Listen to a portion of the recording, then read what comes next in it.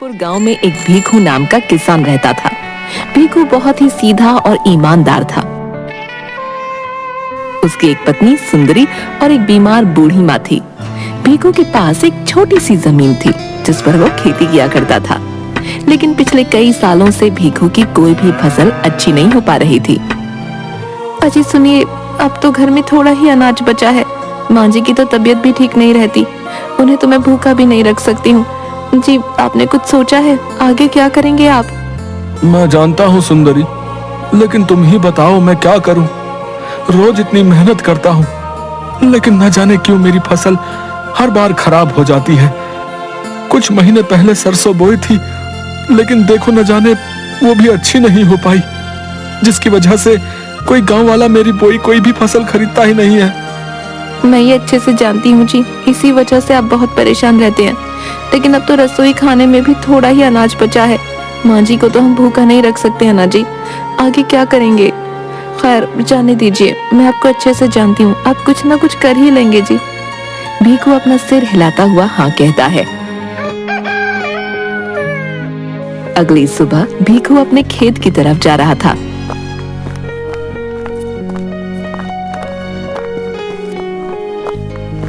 कि तभी उसे एक आवाज आती है जो कि भीखू का ही पड़ोसी होता है।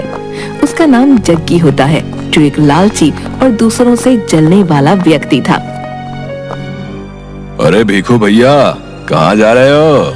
लगता है अपने खेत की तरफ अपनी फसलों को देखने जा रहे हो, हैं? अरे भाई, अब रहने भी दो। आखिर कब तक अपनी बोई फसलों की आस में रहोगे? अरे कई सालों से तो कुछ नहीं हो पा रहा तुम्हारी फसलों का, अब आगे भैया क्या ही होगा, हैं? अरे जग्गी भैया, मैं तो पूरी मेहनत करता हूँ और आगे भी करता रहूंगा। मुझे पूरा यकीन है आज नहीं तो कल मेरी मेहनत जरूर रंग लाएगी। आखिर बेवकूफ को कोई कितना समझाए। हाँ ठीक है भाई, मैं भी देखूंगा आखिर वो दिन कितना जल्दी आएगा। भीखू उसकी ये बात सुनकर थोड़ा दुखी हो जाता है। इसके बाद भीखू अपने खेत पहुंचता है और अपनी कुदाल से थोड़ी सी जमीन खोदने लगता है। वहाँ कुछ बीज प्याज की फसल के बो देता है।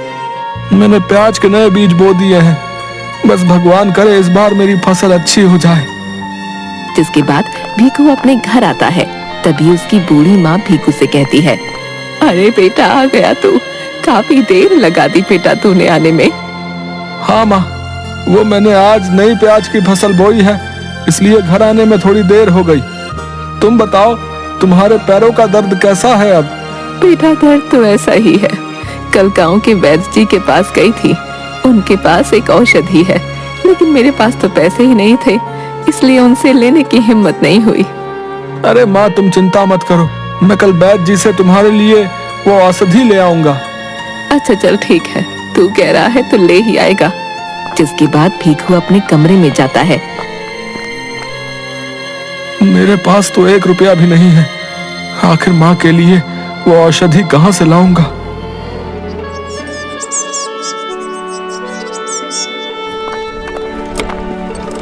अगली सुबह भीखू वैद्य के पास जाता है, जो काफी बूढ़े थे। वैद्य बाबा भीखू को देखते ही, अरे आओ आओ बेटा, कैसे आना हुआ? सब ठीक तो है ना? बाबा क्या ही बताऊं, कल माँ बता रही थी कि आपने कोई पैरों की दर्द की औषधि बनाई है। माँ के पैरों का दर्द बढ़ता ही जा रहा है, लेकिन मेरे पास पैसे नहीं है। इस बार भी मेरी फसल अच्छी नहीं हुई है। बाबा मैं क्या करूं, मुझे कुछ समझ ही नहीं आ रहा है। अरे बेटा, तुम तो जानते ही हो मैं बहुत बूढ़ा हो चुका हूँ।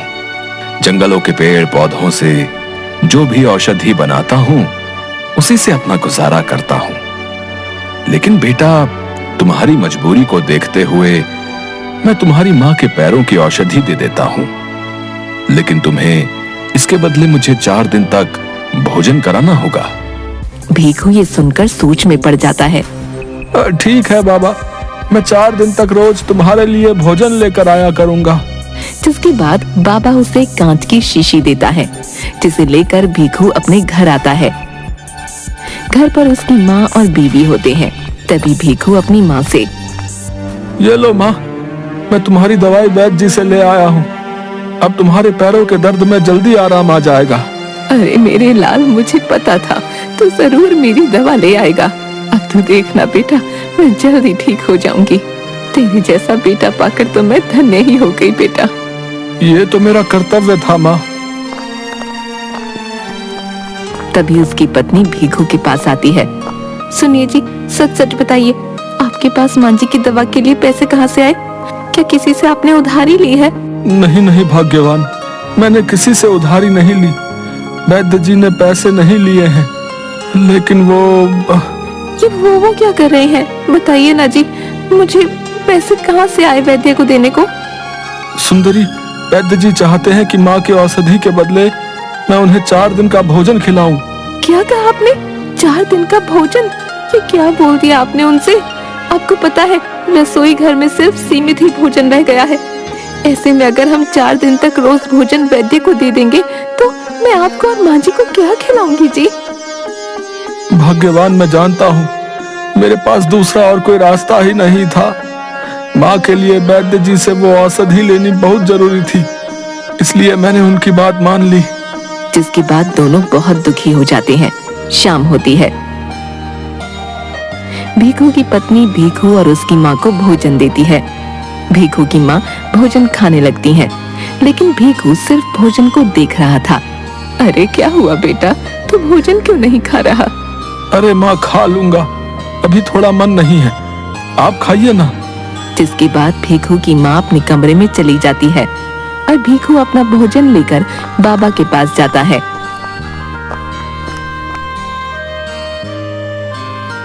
बाबा, मैं आपके लिए भोजन लेके आया हूँ, खा लीजिए। जो भी मेरे घर में रूखा सूखा था मैं आपके लिए ले आया हूँ। अरे आ गए बेटा तुम, मैं तुम्हारा ही इंतजार कर रहा था। बहुत जोरों की भूख लगी है बेटा। जिसके बाद बाबा उसका भोजन खा लेता है। इसके बाद भोला रोज ऐसा ही करता, अपने हिस्से का भोजन वैद्य बाबा को दे देता। चौथे दिन भीखू की पत्नी, सुनिए जी, आज तो रसोई घर में सारा अनाज खत्म हो गया है। मुझे तो बहुत चिंता हो रही है जी, आज क्या बनाऊंगी? भीखू ये सुनकर बहुत दुखी हो जाता है। भीखू मन ही मन सोचने लगता है, आज कैसे बाबा को भोजन दूंगा। वो अपने खेत में जाता है और देखता है कि उसकी बोई प्याज की फसलों में से एक प्याज खिलाई है, जो देखने में बहुत सुंदर लग रही है। भीखू उसे तोड़कर अपने घर ले आता है। तभी उसकी पत्नी, ये क्या लाए हैं जी? इस एक प्याज से क्या होगा भला? भीखू रसोई घर में जाता है और एक आटे के डिब्बे को खोलता है, जिसमें बहुत ही कम आटा था। तुम इस आटे की रोटी बना दो। क्या बोल रहे हैं जी? इस आटे की मुश्किल से एक, और वो भी बहुत ही छोटी रोटी बनेगी जी। इससे तो किसी का पेट नहीं भरेगा। तुम बनाओ तो सही, तुम इस आटे की छोटी ही सही, लेकिन रोटी बना दो। जिसके बाद उसकी पत्नी उस थोड़े से आटे की एक छोटी सी रोटी बना देती है। उसे लेकर भीखू वैद्य के पास जाता है। ये लो बाबा, मैं भोजन ले आया हूँ, लेकिन आपसे माफी चाहता हूँ, आज मेरे घर पर आटा नहीं था। बस जो थोड़ा सा आटा बचा था उसी से मेरी पत्नी ने आपके लिए रोटी बना दी है, और साथ में मैं अपनी प्याज की बोई फसल में से सबसे पहले जो प्याज खिलाई थी वो ले आया हूँ। वैद्य बाबा भीखू की ये बात सुनकर बहुत खुश हो जाते हैं। कोई बात नहीं बेटा, मैं आज यही खा लूंगा। वो रोटी और प्याज खाने के बाद, बेटा तुम वाकई बहुत अच्छे इंसान हो। तुम्हारी रोटी और प्याज खाकर मुझे बहुत आनंद आया। तुम्हारी ईमानदारी और निष्ठा को देखते हुए मैं तुम्हें कुछ देना चाहता हूँ। तभी वैद्य बाबा अपने एक पिटारे में से एक सफेद रंग की पोटली निकालते हैं और भीखू को दे देते हैं। ये लो बेटा, ये औषधि मैंने बहुत मेहनत से बनाई है। ये बहुत चमत्कारी है। इसे तुम जिस भी चीज में डालोगे उसका स्वाद 10 गुना बढ़ जाएगा। जैसे तुमने मुझे भोजन खिलाया है, वैसे ही तुम हर भूखे इंसान को भोजन कराओ। तुम एक ढाबा खोलो, तुम जो भी खाने की चीज बनाओगे उसमें इसका इस्तेमाल करना। ये तुम्हारी कमाई का साधन भी बनेगा। जो तुम्हारा भोजन एक बार खा लेगा वो बार बार आएगा। इसके बाद बाबा जोर जोर से हंसने लगते हैं। बाबा की बात सुनकर भीखू भी खुश हो जाता है और बाबा से वो पोटली लेकर अपने घर जाता है। अरे आ गए आप, ये हाथ में क्या है आपके जी? भीखू अपनी पत्नी को सारी बात बताता है। ये क्या कह रहे हैं आप? क्या सच में ये चमत्कारी औषधि है? लेकिन जी हमारे पास तो इतने पैसे नहीं है, कहाँ से लाएंगे बनाने के लिए अनाज? हाँ भाग्यवान, यही तो अब मैं सोच रहा हूँ कि भोजन बनाने के लिए अनाज की तो आवश्यकता होगी, लेकिन कुछ समझ नहीं आ रहा है। तभी एक औरत भीखू के घर आती है। अरे सुंदरी भाभी, कहाँ हैं आप? अरे आइए आइए मीना भाभी, कैसे आना हुआ? अरे आपके लिए कच्चे चावल और दाल लेकर आई हूँ। इस बार हमारी फसल बहुत अच्छी हुई है। अब भीखू भाई का तो पूरे गांव में पता ही है, इनकी फसल कहाँ अच्छी हुई होगी, तो सोचा थोड़ा आपके घर ही दे देती हूँ। बहुत बहुत धन्यवाद मीना भाभी आपका, आपने हमारे बारे में इतना सोचा। अरे नहीं भाभी, आखिर आप इतनी अच्छी हैं, बस इसीलिए आ गई आपके पास लेकर। अच्छा सुंदरी भाभी, अब मैं चलती हूँ। जिसके बाद मीना अपने घर चली जाती है। ये देखिए जी, कितने सारे चावल और दाल है, अब हम इन्हें ही बनाएंगे। जिसके बाद भीखू और सुंदरी दोनों साथ में दाल और चावल बनाने लग जाते हैं। दाल चावल बन जाने के बाद, चलो सुंदरी, अब इसमें ये बाबा की चमत्कारी औषधि डालते हैं। हाँ जी, आप ही डालिए इसमें ये औषधि। भीखू दाल चावल में औषधि डालता है। दोनों दाल चावल लेकर अपने घर के बाहर एक एक लकड़ी की पटरी पर खड़े हो जाते हैं। तभी भीखू के पास गांव का एक युवक आता है। अरे ओ भीखू भैया, अब ये कौन सा नया काम खोल लिया है? दाल चावल का ढाबा? पर मुझे लगता नहीं है ये चलेगा भाई। अरे भाई, एक बार खा करके तो देखिए, हम दोनों मियाँ बीबी ने बहुत मेहनत से बनाए हैं, उसके बाद बताइएगा। अच्छा अच्छा ठीक है, खा लेता हूँ तुम्हारे बने दाल चावल। ये बताओ कैसे दिए पहले? बस 10 रुपए की प्लेट है भाई। हाँ हाँ ठीक है, दे दो एक प्लेट। जिसके बाद भीखू की पत्नी उसे एक प्लेट दाल चावल देती है। वो युवक दाल चावल खाने लगता है।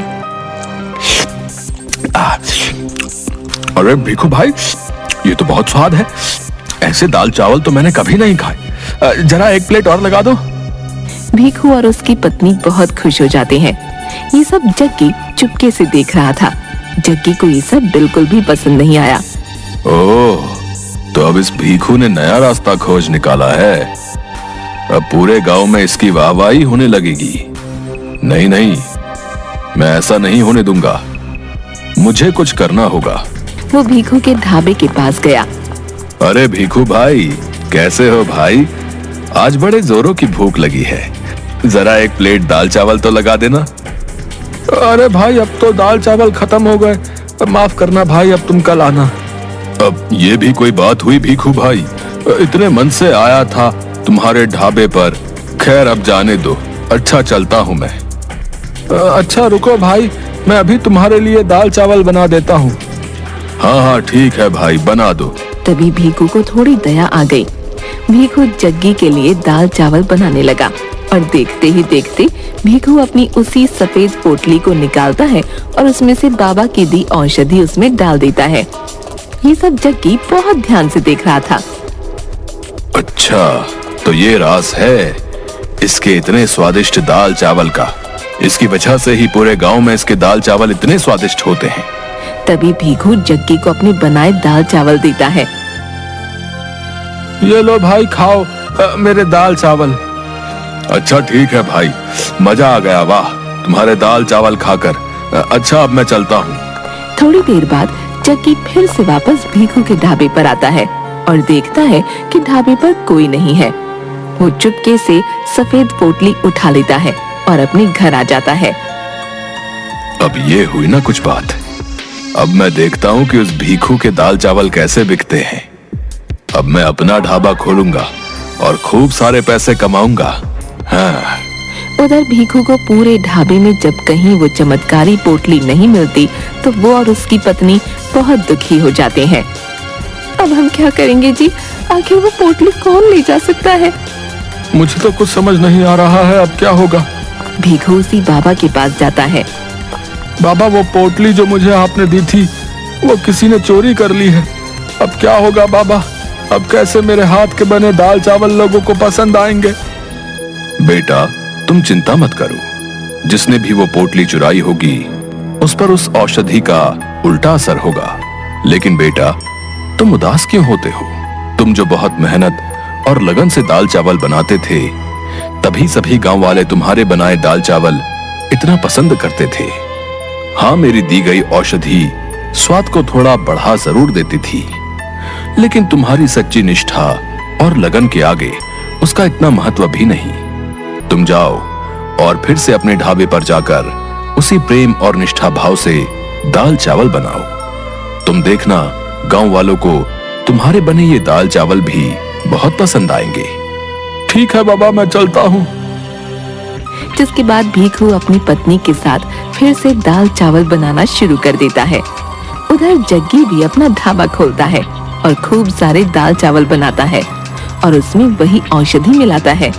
गांव का ही एक आदमी जग्गी की दुकान पर आता है। अरे भाई, जरा एक प्लेट दाल चावल लगा दो। हाँ हाँ भाई, अभी लगा देता हूँ। जैसे ही वो आदमी जग्गी के बनाए दाल चावल खाता है, उल्टियां करने लगता है। अरे ये क्या बकवास दाल चावल बनाए हैं? जब बनाने नहीं आते तो क्यों बेचते हो? अरे अरे, क्या हुआ भाई? क्या दाल चावल पसंद नहीं आए? पसंद आने की तो बात दूर है, इतने खराब तो मैंने कभी नहीं खाए। तुम ही खाओ अपने दाल चावल। जिसके बाद गुस्से में वो आदमी वहाँ से चला जाता है। आखिर अब ऐसे कैसे बने हैं? मैं ही खा के देखता हूँ। अरे अरे, इतने कड़वे बने हैं ये तो, इनसे तो मुझे भी उल्टी हो जाएगी। छी छी छी छी। हे भगवान, अब कौन मेरे इतने सारे बने दाल चावल खाएगा? इतने सारे दाल चावल खरीदने के लिए तो मैंने अपनी सारी जमा पूंजी लगा दी। ये क्या कर दिया मैंने? और जग्गी बहुत तेज तेज रोने लगता है। भीखू और उसकी पत्नी बहुत मेहनत से बिना इस बार औषधि के दाल चावल बनाते हैं। सभी गांव वालों को वो बहुत पसंद आते हैं और उनके ढाबे पर फिर से लोगों की भीड़ लग जाती है और बिना उस औषधि के अब भीखू का ढाबा चलने लगता है और भीखू हंसी खुशी अपनी माँ और पत्नी के साथ रहने लगता है।